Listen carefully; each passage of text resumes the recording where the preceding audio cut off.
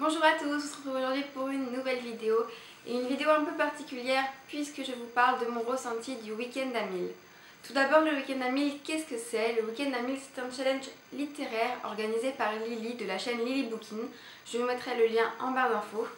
Et c'est un week-end où on doit lire 1000 pages entre le vendredi soir 19h et le dimanche minuit. Du coup, le week-end à 1000 s'est déroulé du 19 au 21 février. J'ai réussi à terminer à minuit tout pile avec 1014 pages.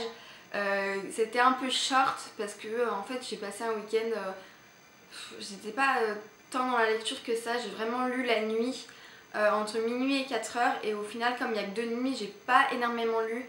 J'ai dû un peu me forcer dans la journée parce que j'avais plein d'autres choses à faire, donc ça a été un peu compliqué pour moi sur ce week-end là.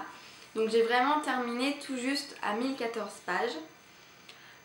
Comme c'était un week-end à 1000, donc c'était une session anniversaire, il y avait des mini-challenges à remplir en plus des 1000 pages à lire et donc il fallait en remplir au moins 3 pour valider le challenge. Pour ma part j'en ai rempli 7. D'abord je vais vous dire quelle saga j'ai lu parce que oui, j'ai bien lu des livres vu que c'est le but. Et donc je m'étais dit il faut que tu trouves un livre qui soit assez facile à lire dans le sens où il faut que tu accroches tout de suite et que tu lises vite. Ce qui m'arrive pas toujours dernièrement, surtout parce que j'arrive pas en ce moment à lire très vite. Je lis en plusieurs jours, j'ai du mal à vraiment me mettre dans un livre et à le dévorer comme je fais tout le temps d'habitude. Donc je me suis dit que comme c'était la première fois que je le faisais et tout ça, il fallait vraiment un livre qui soit simple à lire et que ça aille tout seul. Du coup j'ai choisi de commencer la saga Beautiful Bastard de Christina Lauren parce que je me suis dit que les sagas young adult comme ça c'est des choses qui sont faciles à lire et on a envie de savoir la suite, on a envie de voir comment ça va se terminer parce que je sais que voilà, j'avais lu la saga After en quelques jours, en 4 jours il me semble sur les 5 tomes, donc je me suis dit c'est quelque chose que tu vas avaler assez rapidement et c'est ce qu'il faut pour le week-end à 1000. Du coup, c'était une saga que j'ai appréciée. Je vous en ferai une vidéo un peu particulière quand j'aurai terminé la saga parce que pour l'instant j'en suis à 6 livres sur 8. Donc il m'en manque encore 2 et quand j'aurai fini la saga je vous ferai une vidéo spéciale sur la saga et ce que j'en ai pensé. C'était un week-end qui était donc du coup pour moi assez difficile, comme je vous l'ai dit, j'ai pas énormément lu la journée, j'ai eu du mal à me mettre dedans et surtout j'ai lu sur ordinateur et c'est vrai que lire autant et aussi vite en e-book c'était plutôt difficile. Voilà, j'étais fatiguée, j'avais mal aux yeux, du coup c'est vrai que ça a été un peu éprouvant. Mais j'ai quand même réussi à lire mes 1014 pages et à remplir 7 mini-challenges. Le premier, lire 3 livres. Le deuxième, lire un livre avec un narrateur homme. Lire un livre avec un narrateur femme. Donc dans Beautiful Bastard, ce qui est bien, c'est qu'on a à la fois le point de vue de l'homme, à la fois le point de vue de la femme. Donc ça change selon les chapitres. Du coup, ça m'a permis de remplir les 2 challenges. Ensuite, lire un livre en une journée. Lire un tome 2. Commencer une nouvelle série. Et lire un livre avec une couverture bleue. Celui-là c'est un peu un joker parce que la couverture n'est pas vraiment bleue mais l'écriture est bleue, donc on va dire que c'est bon. Du coup j'ai lu Beautiful Bastard, Beautiful Beach, Beautiful Stranger, Beautiful Sex Bomb, Beautiful Player que je n'avais pas fini donc du coup au moment où le week-end à 1000 s'est terminé, mais du coup je l'ai fini, enfin j'ai continué à lire en fait parce que je voulais le finir.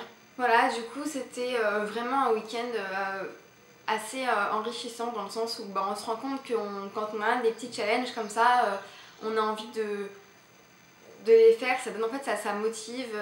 Le groupe Facebook du week-end à 1000, il y a beaucoup de gens qui partagent dessus les avancées, tout ça, donc ça motive encore plus de savoir qu'il y a des gens qui le font avec nous, qu'on est une communauté tout ensemble. Puis des fois on se dit je suis pas trop à la ramasse que ça parce qu'on voit que des gens ils sont beaucoup plus à la ramasse que nous. Ça nous motive, on se dit que de toute façon même si on n'y arrive pas c'est pas grave, au moins on aura essayé et on aura fait le plus qu'on pouvait. Du coup le prochain week-end à 1000, il me semble que c'est du 13 au 15 mai si je ne dis pas de bêtises. De toute façon si vous suivez Lily Bookin, vous aurez la petite vidéo annonciatrice du week-end à 1000 qui arrivera au moment où celui-ci arrivera tout simplement. J'ai adoré ce moment et je le referai avec vraiment énormément de plaisir. Du coup je remercie énormément Lily d'avoir organisé ça et je remercie tous les gens du groupe Facebook qui ont partagé leur lecture et qui ont motivé en fait qui m'ont motivée tout le long de ce challenge. C'est vrai que c'est pas aussi simple de faire ça tout seul, surtout quand voilà, quand on n'est pas forcément dans un livre qui nous prend et que voilà, on lit sans y faire attention. Là c'est vraiment, on doit lire 1000 pages en un week-end, du coup faut un peu... parfois il faut un peu se forcer parce que parfois voilà, le début de livre il vous donne pas envie, ou il y a des petits moments où on n'a plus trop envie, où on se dit qu'on va pas réussir à avoir les 1000 pages.